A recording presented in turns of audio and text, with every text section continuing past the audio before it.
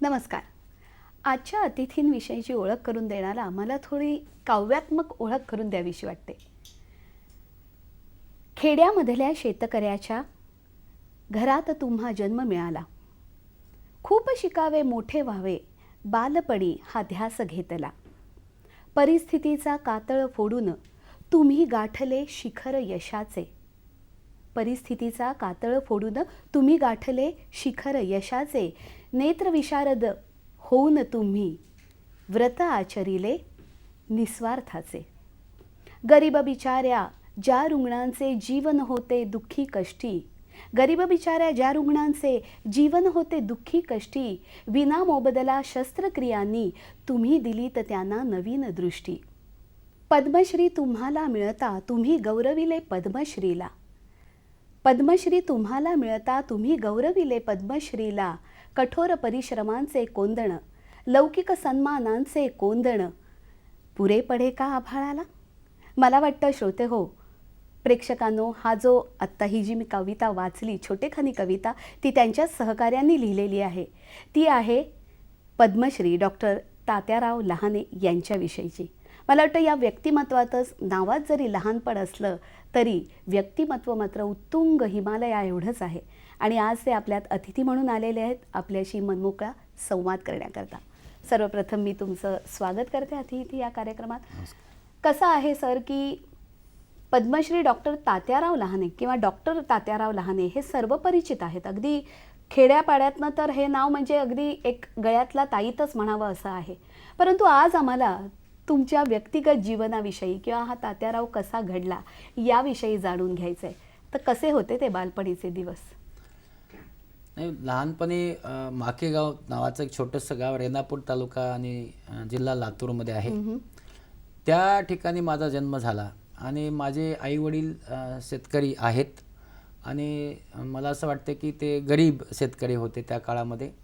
घरामध्ये शिक्षण नावाची गोष्ट कुठल्याही पिढ्यामध्ये नव्हती. अच्छा. आणि फक्त गावामध्ये त्यावेळेस प्राथमिक शाळांना मिळाली आणि म्हणून तेव्हा माझं नाव त्या शाळेत घातलं गेलं. आणि शाळेमध्ये जात असताना शाळेमध्ये वेळ मिळाला तर जायचं, बाकीच्या वेळेस शेतीची कामं करत होतो. आणि अशी 10वी पर्यंतची सर्व शाळा शेतीची कामं करता करता, म्हणजे गुढे राखताना किंवा शेतातला वखर आणताना, जेव्हा जेव्हा वेळ मिळेल, जेव्हा जेव्हा शेतामध्ये नांगरणी, काढणी, कोळपणी नसेल, अशा वेळेस मी शाळेत जात होतो. वेळ मिळेल तेव्हा शाळा, वेळ मिळेल तेव्हा शाळा. पण 1ली ते 10वी मी माझा वर्गातला पहिला नंबर मात्र कधी सोडला नाही आणि 10वी मध्येही मी पहिला आलो. आणि त्यामुळे मग गावातील हेडमास्टरनी मला माझ्या वडिलांना सांगितले की याला पुढे शिकवलं पाहिजे. पण जेव्हा तुम्ही आता म्हणालात की तात्याराव 10वीत तुम्ही पहिले आलात, मग ही गोष्ट तर अगदी अनाकलनीय अशीच आहे. मग तुमच्या घरच्यांची कशी प्रतिक्रिया होती? नाही, घरच्यांना प्रतिक्रिया देण्यासाठी शिक्षण नव्हतं. हो ना. त्यांना मी पहिला आलो, केंद्रात आहे, पहिला मार्क पडले, त्याची फार काही अशी जाणीव नव्हती. त्यांना एकच जाणीव होती की आपल्या शेतीमध्ये यांनी काम केलं पाहिजे, आता मोठा झालाय, जेणेकरून अजून 2 पैसे घरात येतील. हां, अशी ती परिस्थिती होती. पण हेडमास्टरनी असं ठरवलं की नाही, याला शाळेत घातलं, कॉलेजला शिकवलं पाहिजे. आणि मग वैद्यनाथ कॉलेजला माझं नाव घातलं गेलं. अच्छा. आणि तिथं मग मी पुढचं माझं PUC फर्स्ट इयर होतं त्यावेळेस, त्याचं मी शिक्षण घेतलं. पण तिथेही माझ्या खूप अशा अडचणी होत्या. बरं. आणि म्हणून कमवा आणि शिका अशा योजनेमध्ये मी काम करून 30 रुपये महिन्याचे मला मिळायचे. आणि त्यामध्ये मग झाडाला पाणी घालून मी हे माझं पुढचं शिक्षण केलं. आणि 2 वर्षे झाल्यानंतर त्याच्यापुढे माझं शिक्षण शक्य नव्हतं. बरोबर. आणि मग तिथून मला जेव्हा माझा जर नंबर नाही लागला MBBSला, कारण त्यावेळेस MBBSला जायचं यामुळे माहीत होतं की गावाच्या जवळचा एक मुलगा MBBSला लागला होता. म्हणून मलाही असं वाटलं की आपण MBBSला गेलं पाहिजे. अच्छा. म्हणजे 10वी नंतर काय शिक्षण असतं हे काही माहिती नव्हतं. एक तर शिक्षक होता येतं हे माहिती होतं किंवा MBBS होता येतं. अच्छा. याच्या पलीकडे काही त्याचं म्हणजे आहे असं काही कारण माहित तो नाही. एकमेव विद्यार्थी समोर दिसत होता म्हणून ते व्हावं किंवा शिक्षक. पण जो विद्यार्थी डॉक्टर झाला होता त्याला खूप मान मरातब मिळाला होता. अच्छा. आणि त्यामुळे मला असं वाटायचं की आपणही डॉक्टर व्हावं, म्हणजे लोक म्हणजे कमीत कमी आपलं लग्न करायला बायको तरी देतील अशा प्रकारचं त्या काळामध्ये असा विचार माझ्या डोक्यात असायचा. आणि मग ते मी शिकलो. आणि जेव्हा PPCची परीक्षा देऊन घरी गेलो तेव्हा मात्र वडिलांनी सांगितलं की आता आपल्यावर खूप कर्ज झालंय, जवळपास 10,000 कर्ज आहे, तर तुम्ही आता पुढे काही शिकू शकणार एकंदर नाही. तुम्ही भावंड किती तात्याला? मला तसं 4 बहिणी आणि 2 भाऊ. म्हणजे बराच मोठा परिवार. हो हो, कुटुंब मोठं कुटुंब आहे. आणि माझा भाऊ पण आता डॉक्टर आहे, तो लातूरला प्लॅस्टिक सर्जन आहे. माझ्या 4ही बहिणी खूप चांगल्या आहेत. आई वडील पण माझे अतिशय आज 80 आणि 78 वर्षाचे आहेत. आणि तेही चांगले याच्यामध्ये, त्यांची दोघांची तब्येत खूप चांगली आहे, म्हणजे आरोग्य चांगलं आहे. आणि इथे डॉक्टर मला अजून एक आवर्जून तुमच्याकडनं ऐकायचं ते म्हणजे की जसं तुम्ही म्हणालात की तुमच्या आधीच्या अनेक पिढ्या म्हणजे आई वडील काय किंवा त्यांच्या आधीच्या शिक्षणाचा गंधही नाही किंवा ही माहिती नाही, आणि अशा मात्या पित्यांची मुलं आज इतके उच्चस्थानी आहेत. मग हे कसं काय, म्हणजे शिक्षणाला विरोध होत होता कारण तो अर्थार्जन तुमच्याकडनं व्हावं यासाठी, मग कसं काय तुम्ही बॅलन्स करत होतात स्वतःला, जसं विशेषतः पुढचं शिक्षण? म्हणजे माझी जी आई आहे ही माझ्या वडिलांना समजावून सांगायची की पोराला शिकू द्या. अच्छा. आणि मग त्यामुळे वडिलांना तसा काही विरोध नसायचा वडिलांचा, पण शिक्षण मी घेतलं पाहिजे असंही वाटायचं. पण शेतात काम करता करता शिक्षण घ्यावं असं त्यांना वाटायचं. बरोबर. म्हणजे बाहेरच्या गावात जाऊन घेऊन येईन, त्याच्या पुढचं शिक्षण तिथे नव्हतं. हो ना. पण शिक्षणामध्ये नाही गेलो तर म्हणजे मला 2 भाऊ 4 बहिणी यांचं काय करायचं. हो ना. आणि मग मला घरात मोठा असल्यामुळे संसार माझ्यावर आहे हे मला सारखं कळत होतं त्यावेळेस. आणि मग म्हणून आपण शिक्षण घेतलं पाहिजे या एकाच गोष्टीमुळे मी अभ्यास केला. आणि जेव्हा PPCचा निकाल लागला तेव्हा मी मराठवाड्यात 10वा आलो आणि माझा MBBSला औरंगाबादला नंबर लागला. तेव्हा मात्र निश्चितच गावामध्ये किंवा जवळच्या गावामध्ये किंवा पुंडलिकरावांचा मुलगा मेडिकलला लागला अशी खूप मोठी वाहवा झाली. गावातही मला लोकांनी खूप सत्कार बित्कार केले आणि मग मी वैद्यकीय महाविद्यालयात लागलो. बरोबर. इथे हा जो तुमचा खऱ्या अर्थाने घरापासून दूरचा प्रवास कुठेतरी सुरू झाला, कारण एकदम तुम्ही औरंगाबादला जाणार होतात, तुम्ही घरापासून मोठे असून दूर होणार होतात. मग ही ऍडजस्टमेंट घरच्यांनी आणि तुम्ही कशी काय स्वीकारली? कारण थोडं वडिलांना म्हणावं लागत असेल ना. ही ऍडजस्टमेंट करत असताना मला असं वाटतं माझी आई आजारीच पडली होती. बरं. माझ्या आईला असं वाटलं की आता हा येणारच नाही आहे, कारण तेव्हा माझ्या आईला औरंगाबाद कुठे आहे हे कळण्याचा हेच नव्हता. आणि वडील म्हणाले की पण आता इतक्या दूर गेल्यास तू परत कधी येणार आहेस? अच्छा. तर मी त्यांना सांगितलं की इतक्या दूर जाऊन परत येण्यासाठी इतके पैसे माझ्याकडे नाही आहेत, पण मी 6 महिन्यांनी नक्की परत येईल. बरं. आणि मग घरातला आपण एखादा म्हणजे असा तो मला निरोप दिला की एखादी मुलगी नांदायला जशी जाते आपल्या सासरी, तशा प्रकारे सगळं गावातली मंडळी जमून अक्षरशः काही रडले काही हसले. आणि अशा ह्याचा कारण तिथून मला 14 किलोमीटर पायी यावं लागायचं, गावामध्ये रस्ता नव्हता. आणि मग तिथून दुसरी बस धरून औरंगाबादला यावं लागायचं. आणि मग औरंगाबादला येत असताना खर्च करणं शक्य नव्हतं, म्हणून जी काही गहू ज्वारी हे सगळं डाळ हे डोक्यावर बांधून घेऊन यायचं आणि ते तिथे घेऊन हाताने सगळं करून स्वयंपाक करून जेवण करायचं. असं सगळं त्या MBBSच्या 4थ्या वर्षापर्यंत मी करत होतो. नाही, एकीकडे तुम्ही म्हणतायत की आज MBBSला मुलं जेव्हा ॲडमिशन घेतात तेव्हा त्यांचा एकंदर राबरुबाब किंवा काहीतरी उच्च शिक्षण घेतोय ही जी एक मनामध्ये त्यांच्या एक निर्माण झालेलं असतं, ते तुमच्या जसं तुम्ही सांगताय की इतक्या खडतर परिश्रमातनं तुम्ही उच्च शिक्षण घेत होतात. मग त्यावेळेला कॉलेज नवीन वातावरण, नवीन मुलं, कसं काय ॲडजस्ट केलं? म्हणजे मुख्य म्हणजे कसं आहे की जेव्हा कॉलेजला जायचं होतं तेव्हा टोपी घालत होतो आणि माझा ट्राउझर आणि पॅन्ट घालत होतो. अच्छा. कारण तितके मोठे म्हणजे पॅन्ट आणि शर्ट घ्यायला इतके पैसे नसायचे. एक माझा मित्र आहे जुगल किशोर म्हणून, त्यांनी मला 3 ड्रेस घेऊन दिले, ॲप्रॉन घेऊन दिला, बूट घेऊन दिला. आणि त्याच्यावर माझं सगळं MBBS पर्यंत 3 वर्षाचं शिक्षण झालं. आणि मग जी फी होती ती तुम्ही मला वाटतं मला जी फीस होती ती खूप कमी होती, 40 रुपये फीस असायची. अच्छा. त्यामुळे फार जास्त अशी फीस तेव्हा नव्हती. 250 रुपये एकदा भरावे लागायचे आणि 40 रुपये एकदा भरावे लागायचे. तेही खूप कठीण वाटायचं नाही? मला त्यावेळेस एक सावकार होते आमच्या गावामध्ये, तर त्यांनी 1000 रुपयाचं कर्ज दिलं होतं. अच्छा. आणि त्या कर्जामुळे माझं 700 रुपये सुरुवातीची फीस आणि त्याच्यानंतरच्या फीस भरायला मला सोपं गेलं होतं. मी त्यांचं कर्ज पुन्हा ते फेडलं इंटर्नशिप करत असताना. पण अशी बरीचशी माणसं आहेत की MBBS लागल्यानंतर ती सगळी धावून आली, त्यांनी मला मदतही केली आणि पुस्तकं मात्र मी कधी विकत नाही घेतली. बरं. मी लायब्ररीत जाऊनच त्याचा अभ्यास करायचो, कारण ती पुस्तकं विकत घेऊन अभ्यास करण्याइतके पैसे माझ्याकडे नव्हते. निश्चितच नव्हते. आणि मग काही जे सिनियर मुलं आहेत ते कधी त्यांची पुस्तकं मला द्यायची. तर असं करत करत मी सर्व ते MBBS पार केलं. म्हणजे हा जो विद्यार्जनाचा काळ होता त्याच काळात कुठेतरी स्वतःची मेहनतही तुम्ही करत होतात, म्हणजे अभ्यासाच्या दृष्टीने आणि कमाईच्या दृष्टीने. हो, मी त्या काळामध्ये म्हणजे कमवा आणि शिका योजनेमध्ये काम करत होतो आणि त्यातनं शेवटी जोपर्यंत तुमच्याकडे पैसे असणार नाहीत तोपर्यंत तुम्हाला बऱ्याचशा अडचणीला तोंड द्यावं लागतं.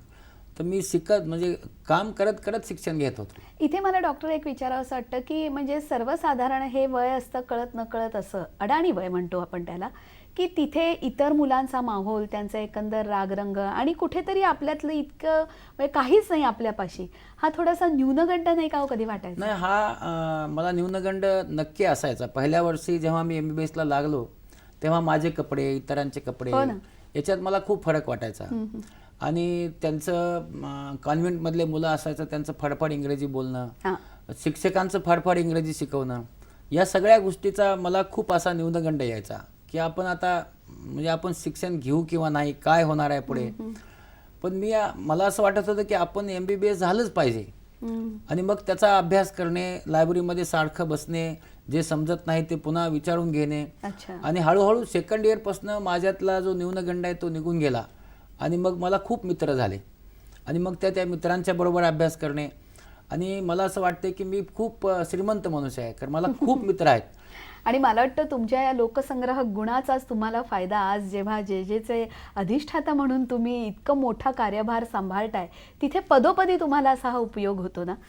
नाही, हा मला असं वाटतं की माझे जे लहानपणीचे मित्र आहेत ते आजही मित्र आहेत. म्हणजे मला कधीच माझा मित्र तुटला नाही माझ्यापासून. याला कदाचित माझा स्वभाव किंवा त्यांचा स्वभाव चांगला असावा किंवा मी नशीबवान असावा असं मी समजतो. आणि याचा माझ्या पदोपदी जीवनामध्ये माझं MBBS करण्यासाठी जसं लोकांनी पैसे दिले तसं पुढे मला PG करण्यासाठी देखील मला लहान मुलांचा किंवा हाडाचा डॉक्टर व्हायचं होतं. अच्छा. पण तेव्हा PG मध्ये पैसे मिळत नव्हते. बरं. तर त्याच्यापूर्वीच माझं लग्न झालं, एका आमदारांनी मला मुलगी दिली आणि मग MS करत असताना विद्यायतन मिळणारी जी जागा होती ती होती डोळ्याची. बरं. आणि त्याच विषयात मी नापास झाला होतो, कारण आमदार साहेब त्याच दिवशी वारले होते माझ्या पेपरच्या दिवशी. आणि मग मी डोळ्याचा डॉक्टर, नापास होऊन डोळ्याचा डॉक्टर झालो. आणि डोळ्याचा डॉक्टर नुसता नाही झालं तर पद्मश्री मिळवलेला डोळ्याचा डॉक्टर झाला. हां, पुढे चालून मला असं वाटतंय की खूप मोठं असं काम मला शासनाने मान दिला. तेवढा मनुष्य मोठा आहे का नाही मला माहिती नाही आहे, पण मी खरंच शासनाचा फार आभारी आहे की पद्मश्रीने त्यांनी मला गौरवलं. हा तो मी मोठा नाहीये हे सांगण्यातच कळून येतं आणि ते जास्त लोकांपर्यंत पोहोचतं. इथे हा जो तुमचा प्रवास सुरू झाला सहजीवनाचा, तर कशी काय ती होती साथ? नाही, मला माझी जी पत्नी आहे सुलोचना, ही मला असं वाटतं की खूपच शांत आहे, समजून घेणारी आहे, एका आमदाराची मुलगी आहे. पण मी एकदम गरीब शेतकरी आणि ती आमदाराची मुलगी, तिने मला असं कधीही जाणवू दिलंच नाही, म्हणजे कधीच नाही. आणि खूप चांगलं, म्हणजे आजही घरी गेल्यानंतर, आमचं लग्न होऊन जवळपास आता 32 वर्ष झाले, घरी गेल्यानंतर हसून तुम्ही उशिरा आलाय, कुठे गेला होता, काय केलं, असं कधीच विचारलं नाही. आणि त्यामुळे घरात जात असताना मला असं गेल्यानंतर एकदम चांगलं असं वाटतं, आल्हाददायक वातावरण, फ्रेश वाटतं. पण आमचं सहजीवन 32 वर्ष अतिशय सुरेख गेलं. मलाही 2 मुली झाल्या, एक मुलगी डॉक्टर आहे, एक MA झाली, दुसरा मुलगा डॉक्टर म्हणजे दुसरा ती पुढे UPSC करणार आहे. आणि माझा दुसरा जो मुलगा आहे तो आता डोळ्याचाच डॉक्टर सुमित माझ्यावर होतोय. बरोबर. पण ते सगळे मेरिटने मुलं मोठी झाले. पण घराचा, कुटुंबाचा काही मला असा त्रास झाला नाही. घरामधलं पदोपदी तुम्हाला सहकार्यच मिळत. हो, मी घरात आजही मी शर्ट किंवा पॅन्ट मी स्वतः विकत आणत नाही, ते ज्यांनी जे आणली तीच घालतो. मग घरामध्ये मला फारच असं कसं असतं डॉक्टर की हे तुम्ही खूप छान सांगताय की घरची जबाबदारी तुम्हाला काही बघावी पण लागत नाही, स्वतःच्या कपड्यांविषयी सुद्धा.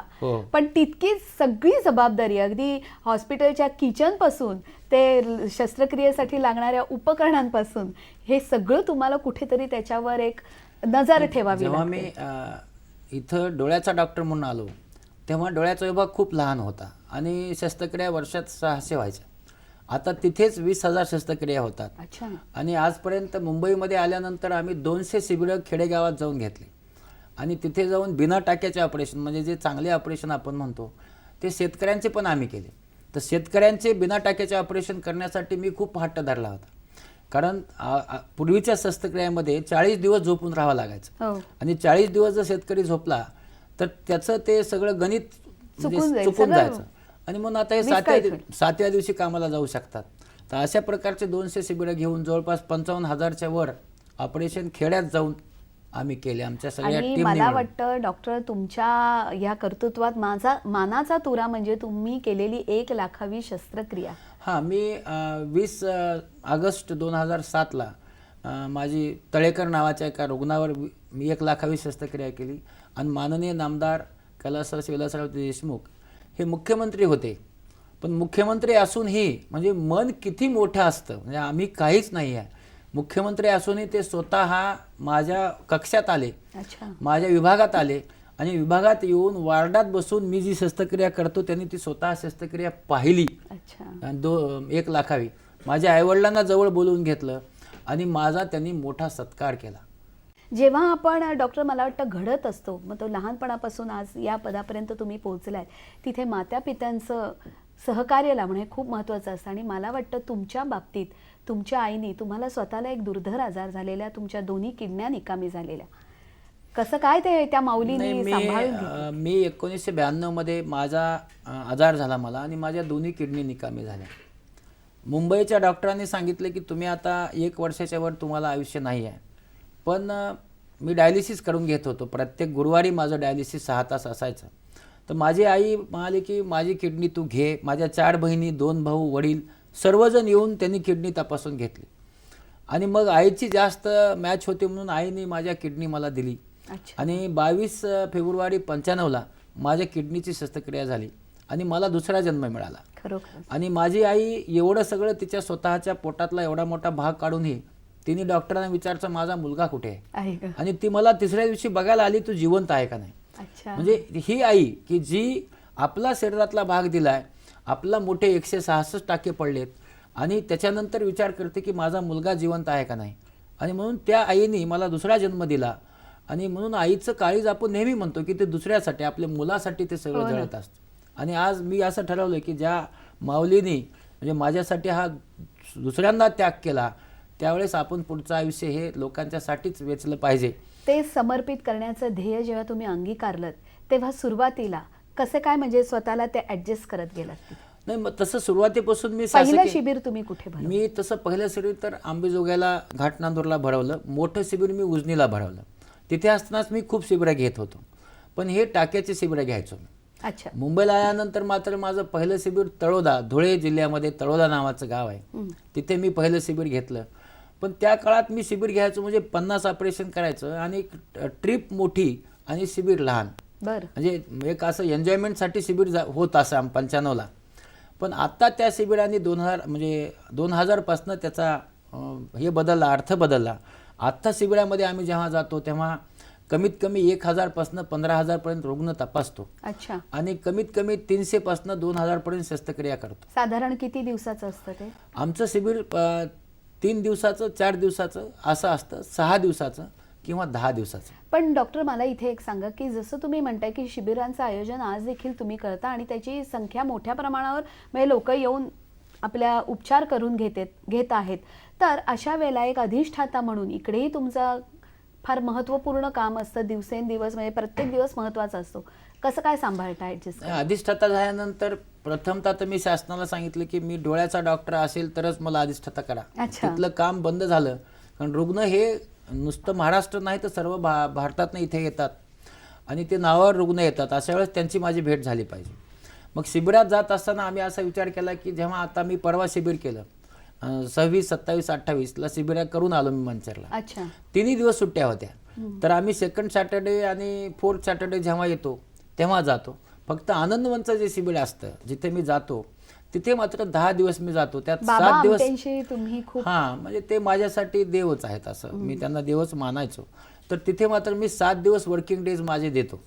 बाकीच्या शिबिराला 1 किंवा 2 वर्किंग डेज मी देऊन बाकीचं सगळं माझं काम सुट्टीच्या दिवशी हे जे तुम्ही ह्याला एक टीमवर्क लागतं डॉक्टर, हे जे तुम्ही निर्माण केलेत तुमच्या सहकार्यांसमवेत याविषयी सांगा. कारण आज जे रुग्णालय म्हणजे एक कसं असावं आदर्श नमुना झालेला आहे मॉडेल की सरकारी रुग्णालय कसं असावं. नाही, मुख्यतः कसं आहे की मला हे जेव्हा मी शस्त्रक्रिया करायला सुरू केल्या, तर डॉक्टर रागिनी पारेख म्हणून माझ्याबरोबर एक प्रोफेसर आहेत, त्या मला जॉईन झाल्या.